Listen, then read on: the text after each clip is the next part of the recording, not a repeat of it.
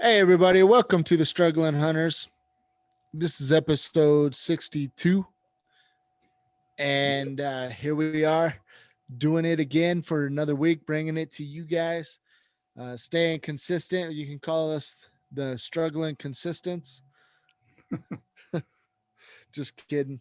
But with that said, we're going to kick back for a little bit and uh, have good times with Mr. Joe Imes. Did you like that one? Yeah.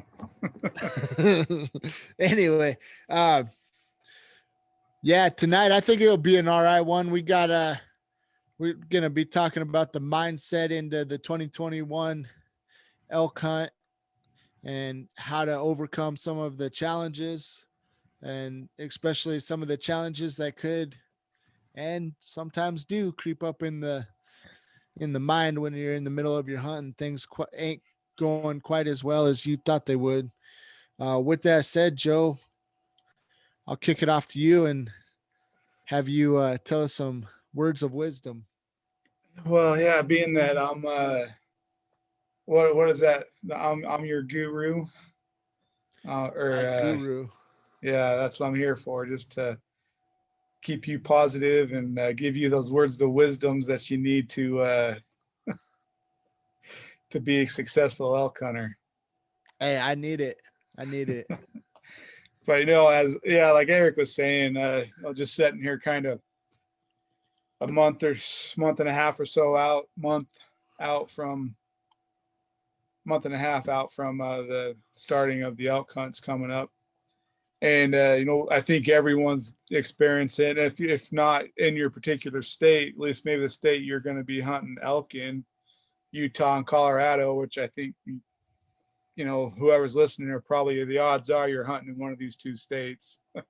um, if not, any of the neighboring states will be dealing with it, but with this hot weather that we have going on right now, and the drought that's going on, or that's happening.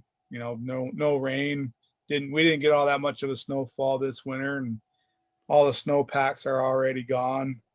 Um, and so I guess when we're discussing what we want to talk about, I was, like, well, I kind of want to maybe start talking about some of this now. We kind of mentioned it before, but just maybe start talking about some of the hardships that we may be looking at come hunting season, and trying to maybe think through some of that now, so that way when the hunt comes, we're already pushing through some of that easier than we would be once it hits and we're like, okay, now what do I do? um and so trying to, I guess, look forward to, mentally prep for 2021. You kind of typically have the, you know what you're doing every day when you're out there hunting. Now we're throwing in possibly a drought. Now there could be rain between now and then that could help. I guess, help, hinder. I don't know what the proper word choice is for that. Like it could be, maybe you understand the biology, the ecosystem well enough that it's going to hone you exactly in where they're going to be, and maybe not. And you're not going to have that great of a season because the elk are going to move out from where you typically hunt them. It's hard to say. And there's a lot of days between now and when the hunt starts. So yeah, like it either can rain or either not. So you're either going to have water, or no water. Anyways, so trying to get at is, trying to, what steps are taken to mentally prep for those situations that, you're going to be in. And I think also on top of that is making sure your body is ready for those hot, dry climates as well. Keeping yourself hydrated before season and during season, so that way you're healthy and ready for the season, and that aspect of it too. Um, but I guess let's just give it a scenario. Not that I have anything to back it up, but let's just, you know, we'll start off with maybe doing some pre-scouting, then we'll kind of maybe, take it um, into the hunt, as if there has been no water, no precipitation, and it's just getting drier and drier as we're getting through going into July and August. So I guess with that being said, going scouting, you're trying to maybe find the water holes that have a little bit more of a consistent um, water flow to them. Maybe something a little bit more of a good flowing water system. I feel like all the seeps, they may be dried up by then. It's hard to say unless it's a good seep. But the food choices, or maybe knowing where those are at. Elk are going to know where they're at, so they might be coming around checking them here and there. But I don't know. It's all hard to say. And like I said, just trying to get through that mental prep for it.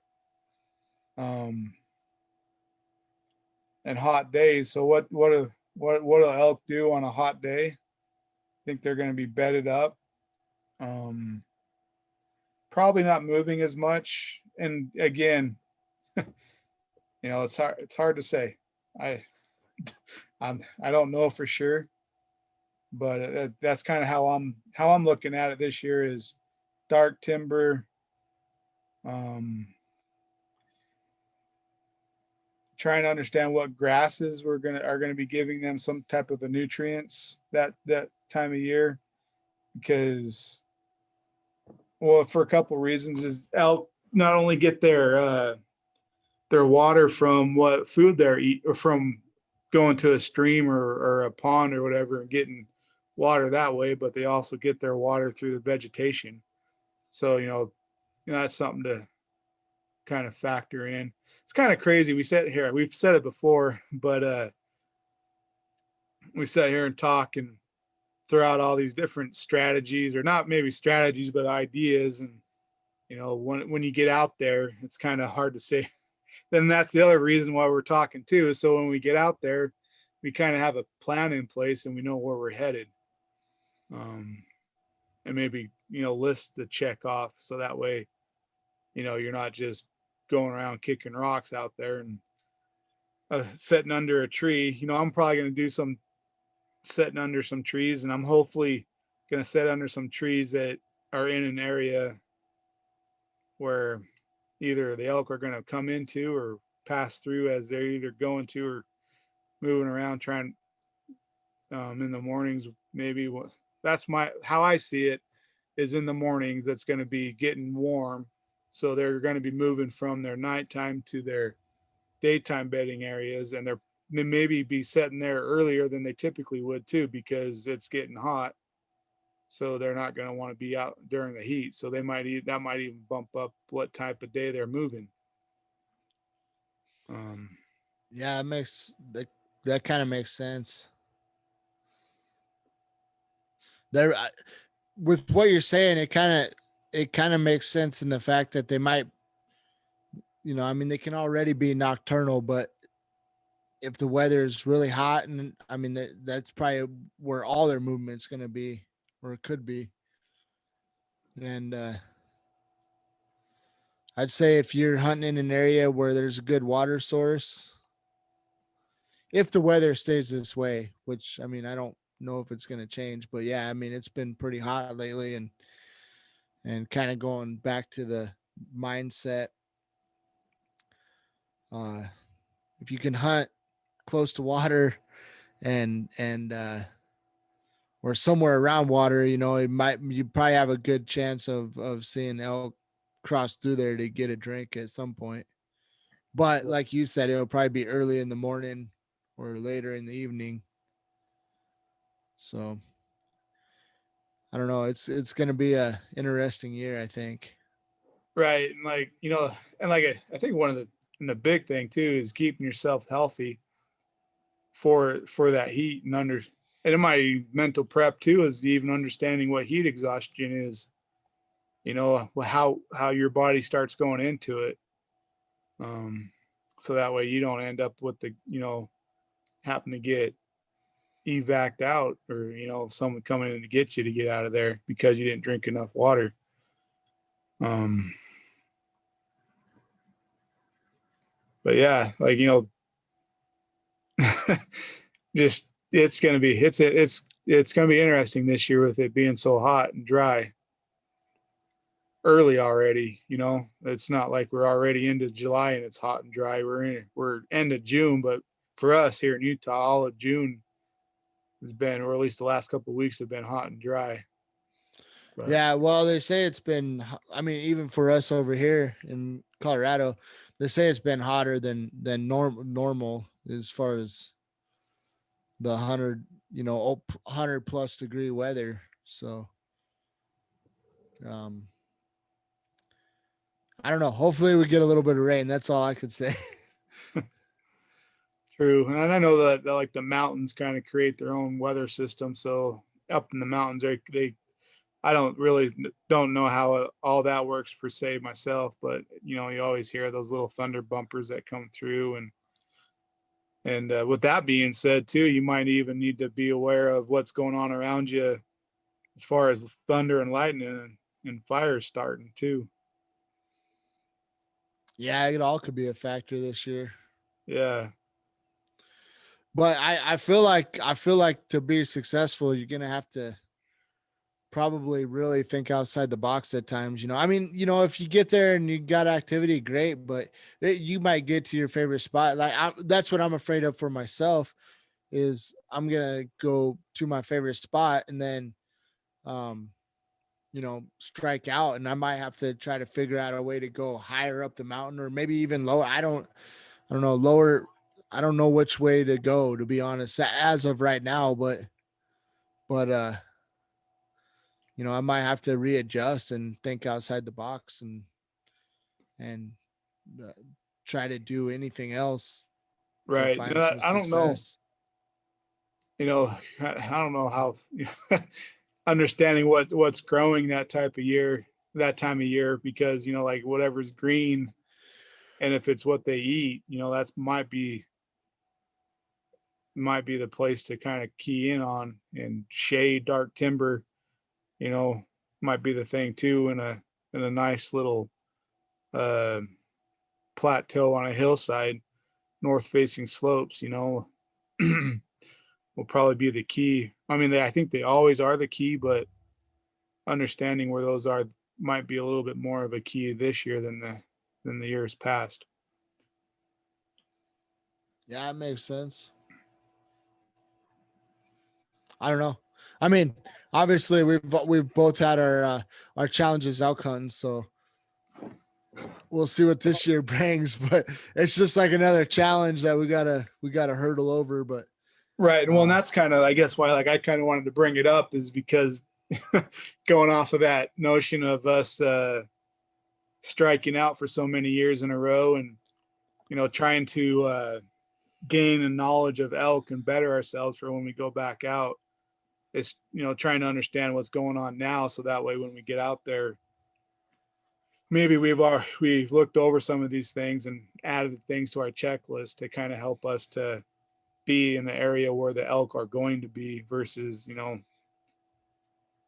where a typical year you don't really have to worry about that so much. But this a new or new, what would you call it, new obstacle to overcome this year. yeah, yeah, yeah. I mean, I don't know. I know on my side of the mountain, it was pretty dry last year too. So, and I feel like that was a lot of the reason that I had such hard, or we had such hard time bumping into anything.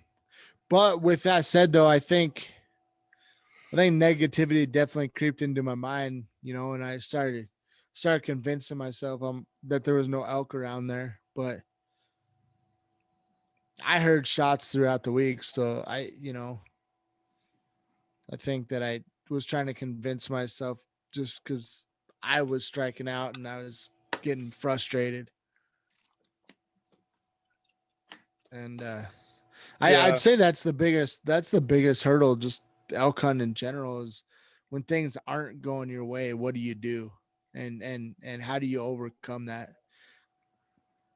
Because I feel like the it's gotten the best of me a few times. right. and it's easy to have that. It's easy for that to happen. Doubt's the easiest thing that creeps in your mind, and it's hard to leave because you get a lot of stuff stacked up against you. Stacked up meat against you, meaning like, well, it's cold today or hot, or my feet hurt, which I'm out of food, or I'm really tired. I really want to sleep, and then you're like, well, I haven't been seeing anything on top of that, and it's like, well, I'm just gonna, I'm not gonna hunt as hard now, without really realizing that's happening. I think that's easy to have happen. Yeah. Yep. I feel like it's happened to me. I mean, I'll admit to it. I have no problem. And I mean, it sucks to admit to, but I feel like it's happened to me where just that negativity creeps in your mind and you're like, oh, I'm not really seeing anything anyway. And you just don't hunt as hard as you could or you should. Yeah, It happens, but I, yeah, that's like what you want to try to be able to overcome. So you want to try to put in your bag of tricks to keep that from happening too. Whether it's your favorite food or something, maybe later on in the hunt. So that way it's like, oh, I feel good now, or I don't know what, just kind of keep something in your bag to be able to help keep you motivated, I think. order up some Dominoes. Yeah, do a little grub hub. Yep. Just I wonder. send them an Onyx marker. Right, we should try that one year. See if they. So you can. I don't want to pay the price for that. I don't know what that would cost. Oh, maybe if they have some promo going on where it's like free delivery. Yeah, there you go. Oh man, they'd be so mad. Right. I probably wouldn't eat the food. I'd be afraid that they spit on it on the way up. Right. But it would be funny though. True. Oh, that would be. But Did I ever tell you? I got a quick story, just because we're talking about pizza delivery. Uh, there's one year, and I can't remember. I can't remember much of the call, but I was in where we lived in Idaho. There for a few years. I was volunteer firefighter, and there was one night we got a call on like Main Street, and I can't remember what the call was. Maybe one of the businesses got an electric fire. I can't remember what the call was, but I don't think it wasn't like a huge deal or anything, but we had to kind of stand out there and, why everybody was doing the investigation, and we got the call like around dinner time, right? So we're all standing around, and somebody brought up the idea, oh, we should order pizza. So they did, so we all jumped in on it and pitched in and bought pizza, and sure enough, the pizza delivery guy, or we call him, we're like, yeah, we're just right down Main, we kind of explained it to him, and the pizza delivery guy showed up right there on Main Street and delivered our pizza. But I don't know, I thought it was kind of funny.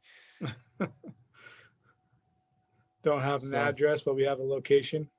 yeah, just it was just kind of a it's kind of a silly deal. I wish I remember what the call was, but yeah, just kind of just fun. I used to have fun doing that on the side, doing the volunteer thing. Yeah. I'd run the old sirens as much as I could without getting in trouble. uh, but now, but now anyway, yeah, be kind of nice to have the pizza delivered to you up at hunting camp. it would be. Maybe someday when they get the drones figured out that they can deliver one up to us. Oh, there's a thought.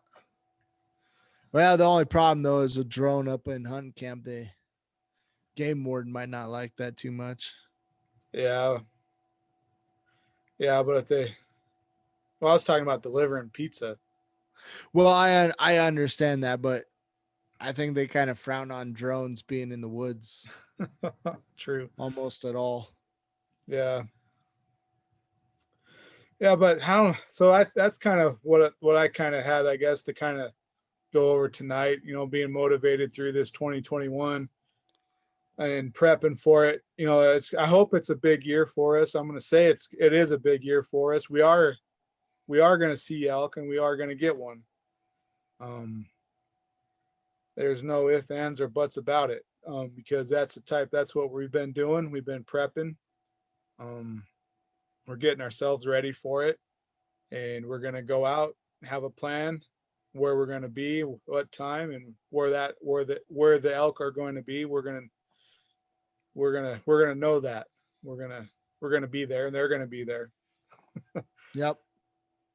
Yep. They're gonna be waiting for us. They are.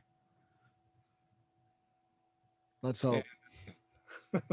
yeah, exactly. No hoping about it. It's a fact.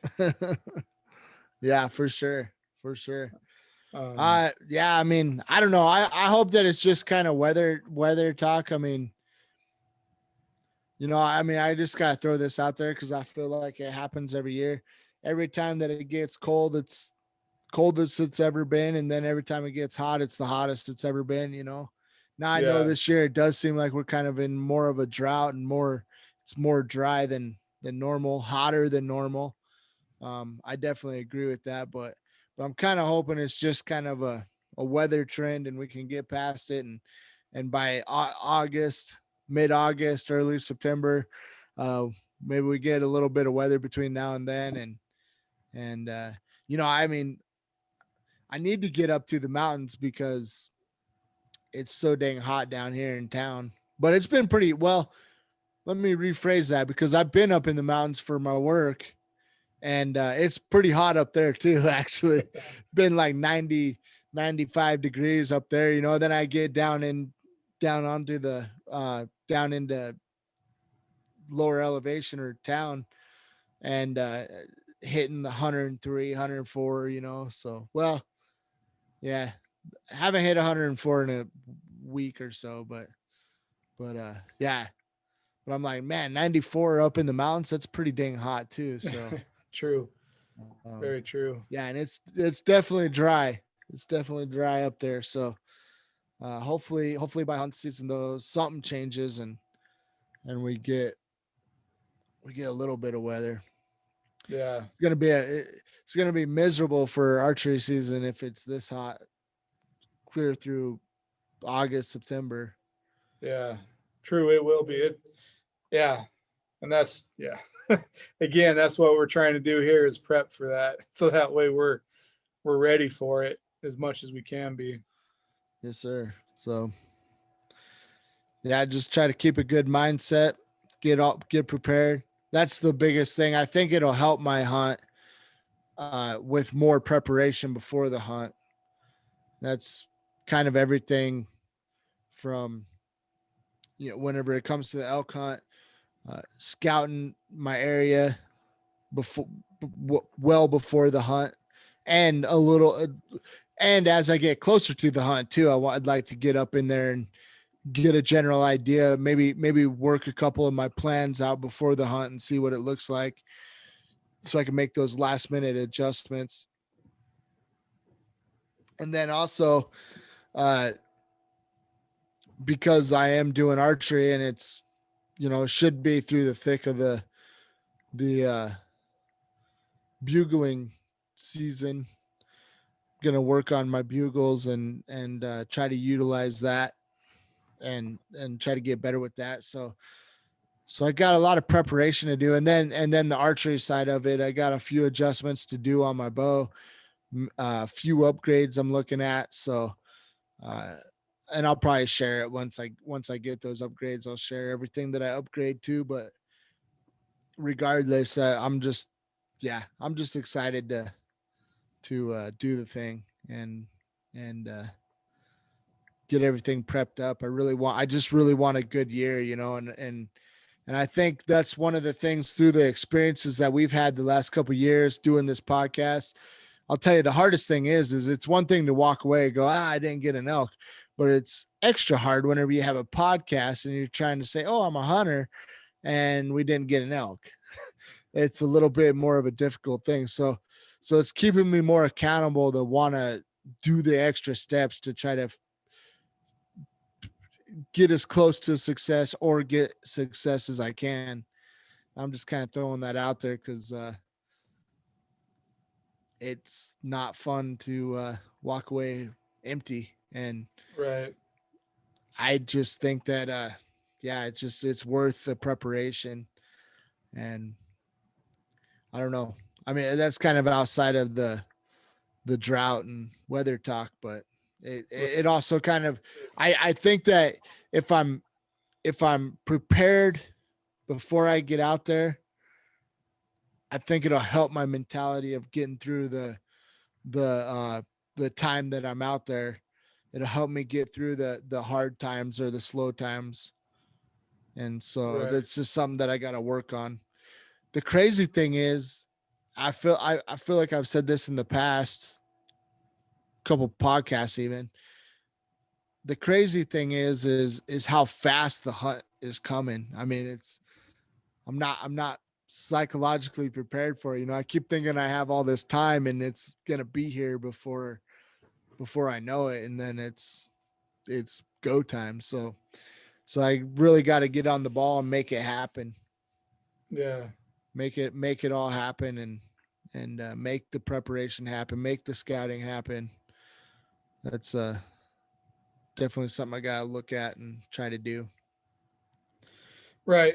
Yeah. Just getting those little mental preparations done through that way too, knowing where things are, being confident where you're at, and kind of understanding what it looks like on Google Earth, and or your whatever map systems you're using, and then compared to what it's going to look like, or compared to what it looks like when you're actually there. But knowing, like, oh, just over here, I know I got a patch of trees, and yeah, just understanding that will help immensely. Be nice, be good. Yes. Well, I think that's all I got. Yeah, that's all I got too. So I'll go ahead and kind of, I guess, button us up for the night, and thank everybody for listening to us, um, for giving us your time. We do value your time, even though it probably seems like we hem and haw too much, but we're just trying to become better at this, and we're making little tweaks. We discuss things, but anyways, we appreciate your time.